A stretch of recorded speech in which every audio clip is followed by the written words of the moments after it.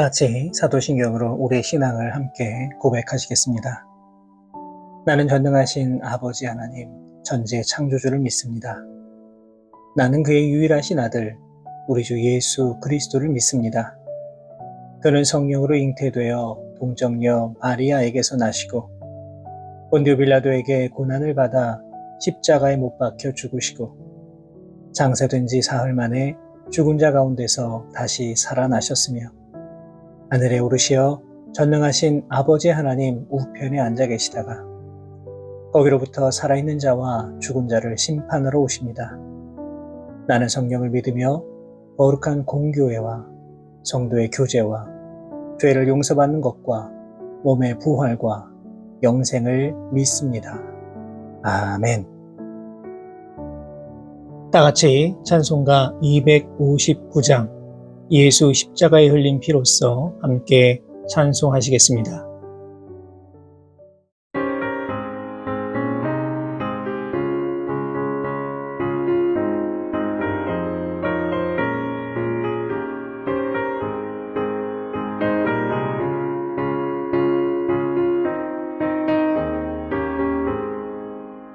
예수 십자가에 흘린 피로써 그대는 씻기려 있는가. 더러운 죄 희게 하는 능력을 그대는 참을지 하는가.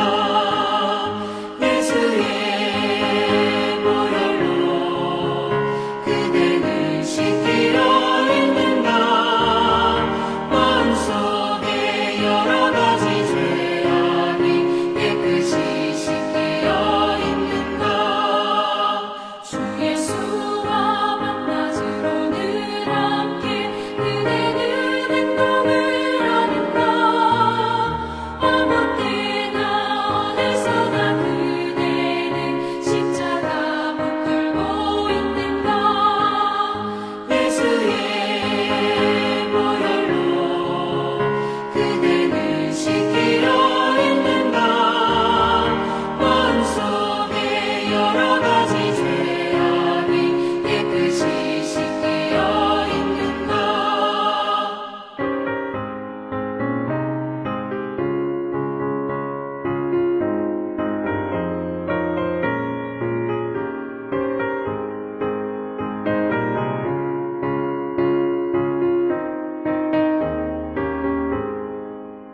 주님 예수 다시 올 때 그대는 영접할 예복이 있는가.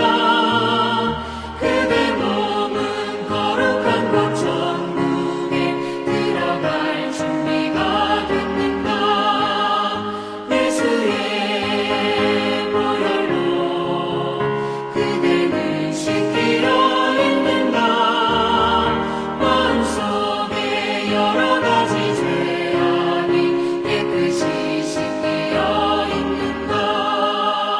모든 죄에 더러워진 예복을 주 앞에 지금 다 벗어서 샘물같이 솟아나는 보혈로 눈보다 더 희게 씻으라.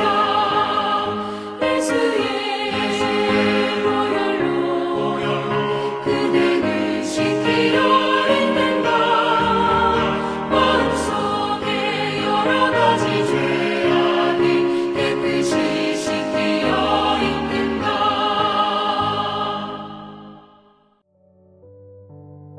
오늘 우리에게 주시는 하나님의 말씀은 구약성경 에스겔 1장 1절에서 3절까지의 말씀입니다. 에스겔 1장 1절에서 3절까지의 말씀을 제가 받들어 봉독하겠습니다. 30째 해 넷째 달 초 닷새에 내가 그발 강가 사로잡힌 자 중에 있을 때에 하늘이 열리며 하나님의 모습이 내게 보이니 여호야긴 왕이 사로잡힌 지 5년 그달 초 닷새라. 갈대아 땅 그발 강가에서 여호와의 말씀이 부시의 아들 제사장 나 에스겔에게 특별히 임하고 여호와의 권능이 내 위에 있으니라. 아멘. 에스겔서의 말씀은 BC 593년부터 571년까지 약 22년 동안 에스겔이 바벨론에서 하나님께 받은 계시의 말씀을 기록한 책입니다. 에스겔서에는 이 바벨론의 포로로 끌려온 이스라엘 백성에 대한 심판 그리고 회복의 역사가 담겨 있습니다. 이 본문 1절의 말씀을 보시면 저자인 에스겔은 30째 해 초 닷새에 내가 그발 강가 사로잡힌 자 중에 있을 때에 하늘이 열리며 하나님의 모습이 자기에게 보이는 것을 보았다 이렇게 기록하고 있습니다. 그발 강은 바벨론의 유프라테스 강에 연결된 길이 150km의 대운하를 말합니다. 에스겔은 바벨론의 1, 2차 침공으로 인하여 포로로 끌려온 유다 사람입니다. 학자들은 아마도 바벨론의 포로로 끌려온 유다 사람들이 그발강 주변에 거주하며 운하 공사에 투입이 되었는데 에스겔이 바로 이때에 하나님의 부르심을 받은 것으로 보고 있습니다. 특이한 점은 에스겔이 하나님의 부르심을 받은 때를 비교적 자세히 설명하고 있다는 것입니다. 본문 1절에 기록된 30째 해라는 말은 에스겔의 나이가 30세 되던 해라고 하는 의미이고 이어지는 2절을 보시면 정확한 역사적인 시점을 여호야긴 왕이 사로잡힌 지 제 5년째 되는 해 이렇게 설명하고 있습니다. 여호야긴 왕은 남유다 왕국의 제18대 왕으로서 BC 597년에 바벨론 포로로 붙잡혀 왔습니다. 그러니까 이러한 역사적 사실로 비교해 보았을 때에 에스겔이 처음 소명을 받은 때는 BC 593년쯤으로 볼 수 있습니다. 자, 그렇다면 당시 포로로 끌려온 이스라엘 백성들의 상태는 어떠했을까요? 2차 바벨론 포로로 끌려온 이후로 5년이 더 흘러갔으니 아마도 이들은 오랜 포로 생활로 인하여서 몸과 마음이 모두 지쳐있는 상태였을 것입니다. 더욱이 이 바벨론이라고 하는 나라가 점점 강성해지고 융성해지는 모습을 보면서 이들은 포로 생활이 계속해서 이어질 것이다 라고 하는 불안감에 사로잡혀 있었을 겁니다.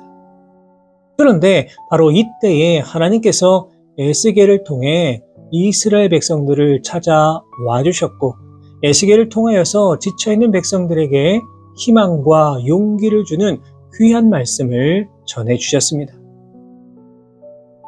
우리가 이러한 역사적인 사실 속에서 기억해야 되는 것은 이스라엘 백성들이 단순히 바벨론 땅에 포로로 잡혀와 살고 있는 것은 아니다라고 하는 사실입니다. 이들이 바벨론 땅에 포로로 잡혀와 살고 있는 것은 이들이 저지른 죄에 대한 하나님의 심판이요 징계임을 기억해야만 합니다. 여러분, 그렇기 때문에 이들의 삶이 어떠했겠습니까? 당연히 하나님과는 단절된 채 아무런 소망도 없이 하루하루 절망 속에서 살아가고 있었을 겁니다. 그리고 하나님께서는 바로 이러한 자들을 다시 찾아오셨습니다. 이들에게 다시 찾아오셔서 미래에 대한 소망과 희망을 전해 주신 것입니다. 사랑하는 여러분, 이처럼 하나님께서는 절망 중에 처한 죄인들을 찾아가셔서 그들에게 소망과 희망을 주시는 사랑의 하나님이심을 기억해야만 합니다. 우리가 이 땅을 살아갈 때에 너무나 많은 죄를 짓고 살아갑니다. 때로는 이러한 범죄로 인하여서 하나님과 영적인 단절의 생활을 해야만 할 때도 있습니다. 영적인 어둠이 찾아오는 그 고통의 시간을 보내야 될 수도 있습니다. 하지만 이처럼 절망적인 상황에 있다고 하더라도 우리가 소망을 가질 수 있는 이유는 무엇입니까? 그것은 바로 죄인인 우리들을 주님께서 찾아와 주시기 때문입니다. 그리고 그 결정적인 사건이 무엇입니까? 그것은 바로 독생자 예수 그리스도를 이 땅에 보내주셨고, 예수님께서 이 땅의 죄악으로 죽어가는 수많은 영혼들을 구원하시고 소망의 빛을 비추어 주신 것입니다. 우리는 이러한 사건을 통하여서 하나님께서 죄인된 우리들을 얼마나 긍휼히 여겨 주시는지, 얼마나 크신 사랑을 베풀어 주시는지 분명하게 알 수 있어야만 합니다. 이처럼 우리가 기억해야 되는 것은 공의로운 하나님께서는 죄에 대한 분명한 대가를 받게 하시지만 범죄한 이들을 그냥 간과하지 아니하시고 다시 찾아오셔서 구원의 소망을 주시는 사랑의 주님이라고 하는 사실입니다. 바라기는 죄인을 그냥 내버려 두지 아니하시고 다시 찾아와 주시는, 소망을 주시는 주님의 그 놀라운 은혜를 깨달으시고 구원의 기쁜 자리로 날마다 나아가실 수 있는 우리 모든 성도 여러분들 되시기를 바랍니다. 계속해서 본문 1절의 말씀을 보시면 에스겔은 하늘이 열리며 하나님의 모습이 내게 보이니 라고 말하고 있습니다. 에스겔이 하나님이 보여주신 환상을 언제 보았습니까? 바로 사로잡힌 자 중에 있을 때입니다. 다시 말해서 자유가 억압된 상태, 자신의 의지대로 할 수 있는 것이 아무것도 없는 영적인 어둠의 상태를 의미하는 것입니다. 이는 비단 에스겔뿐만 아니라 포로로 잡혀온 모든 이들의 공통적인 생각이었을 겁니다. 어찌 보면 이들이 다시 고향에 돌아간다라고 하는 것은 거의 불가능한 것처럼 보이는, 전혀 앞이 보이지 않는 깜깜한 어둠의 상태를 의미합니다. 사실 처음 포로로 잡혀왔을 때 이들에게는 약간의 희망이 있었습니다. 왜냐하면 거짓 선지자들이 일어나서 수년 내에 다시 고향으로 돌아갈 것이라고 하는 거짓된 예언을 했기 때문입니다. 하지만 이러한 기대는 점점 사라져만 갔습니다. 바벨론은 멸망의 기미가 보이지 않았습니다. 점점 더 강성해졌습니다. 이처럼 포로로 잡혀온 이스라엘 백성들에게 조금이나마 있었던 신락 같은 희망, 그것은 다 사라지고 오직 절망의 무게만을 견디며 그렇게 살아야만 했습니다. 그런데 이러한 상황 속에서 에스겔은 하늘이 열리며 하나님을 만나게 되는 놀라운 영적인 체험을 하게 됩니다. 다시 말해 이스라엘에게 지금 새로운 희망의 빛을 보여주신 것입니다. 사랑하는 여러분, 우리가 처한 현실이 아무리 어둡고 고통스럽다라고 할지라도, 죄악의 물결이 날마다 우리를 덮친다고 하더라도 이 세상이 아닌 하나님께 소망을 두는 삶을 살아가실 수 있기를 주님의 이름으로 부탁을 드립니다. 때로는 우리도 이들처럼 절망에 사로잡힐 때도 있고 포로와 같이 영적인 자유를 구속받을 때도 있습니다. 그러나 우리가 주님께 소망을 두면서 이 땅을 살아간다면 우리도 반드시 에스겔과 같이 하늘이 열리는 놀라운 역사를 경험하게 될 줄로 믿습니다. 그때와 그 시는 우리는 다 알 수 없습니다. 그저 묵묵히 주님 의지하며 주님께 모든 소망을 두고 우리를 향해 역사하시는 아버지 하나님의 그 놀라운 사랑을 날마다 경험하며 살아가실 수 있는 우리 모든 성도 여러분 되시기를 주님의 이름으로 부탁을 드립니다. 이어지는 본문 3절의 말씀입니다. 갈대아 땅 그발 강가에서 여호와의 말씀이 부시의 아들 제사장 나 에스겔에게 특별히 임하고 여호와의 권능이 내 위에 있으니라. 아멘. 지금 에스겔은 여호와의 말씀이 나에게 임하였다라고 선언하고 있습니다. 다시 말해 에스겔은 하나님 말씀을 전해야 하는 이 선지자의 사명을 받게 된 것입니다. 중요한 사실은 무엇일까요? 그것은 말씀뿐만 아니라 여호와의 권능도 함께 임하였다, 이렇게 고백하고 있다는 겁니다. 무슨 뜻입니까? 하나님께서 에스겔에게 하나님의 말씀을 전하기 위해 부족함이 없도록 모든 것을 다 공급해 주셨다는 것입니다. 이처럼 하나님께서는 하나님의 그 귀한 사명을 감당하는 이들을 세워 주심에 있어서 그 일을 온전히 감당할 수 있도록 힘과 능력을 더하여 주심을 우리는 반드시 기억해야만 합니다. 예수님께서도 제자들을 세우시고 제자들을 파송하실 때에 귀신을 쫓아내며 질병과 연약한 것을 고치는 권능도 함께 주셨습니다. 사랑하는 여러분, 우리에게 주시는 사명에 대해서 두려워하지 마시고 기쁨으로 받아 누리는 삶이 되실 수 있기를 주님의 이름으로 부탁을 드립니다. 나에게 사명을 주셨다면 분명 그에 합당한 능력도 함께 부어주심을 우리는 기억해야만 합니다. 바라기는 오늘 하루 이 땅을 살아가실 때에 비참하고 절망적인 상황에 처한 이스라엘 백성들을 다시 찾아오셔서 소망의 빛을 비추어 주시는 그 주님의 놀라운 사랑을 다시 한번 기억하시고 무엇보다 우리를 부르실 때에 그의 합당한 능력도 함께 부어주심을 기억하셔서 언제나 주님만 의지하고 주님만 바라보며 살아계신 주님만 찬송하며 나아가실 수 있는 우리 모든 성도 여러분 되시기를 주님의 이름으로 축원합니다. 기도하겠습니다. 살아계신 하나님 아버지 은혜와 사랑에 감사를 드립니다. 죄로 인해 죽을 수밖에 없는 우리를 사랑하셔서 독생자 예수 그리스도를 보내주시고 예수님의 그 보혈의 공로로 우리를 구원하여 주셔서 날마다 천국 소망하며 살아갈 수 있도록 인도하여 주신 은혜의 하나님 감사를 드립니다.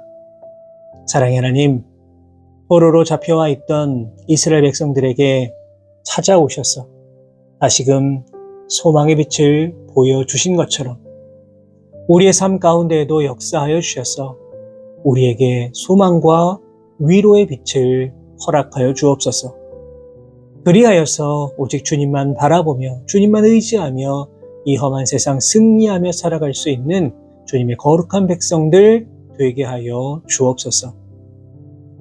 우리들의 사명을 기억합니다. 우리에게 주신 사명 귀하게 여길 수 있도록 인도해 주시고 무엇보다 우리에게 주신 그 사명을 감당할 수 있는 능력도 부어주신다는 사실을 기억하여서 언제나 충성되이 귀한 사명을 감당하며 살아갈 수 있는 주의 거룩한 종들 되게 하여 주옵소서. 이 모든 말씀 우리 주님 예수 그리스도의 이름으로 기도하옵나이다. 아멘.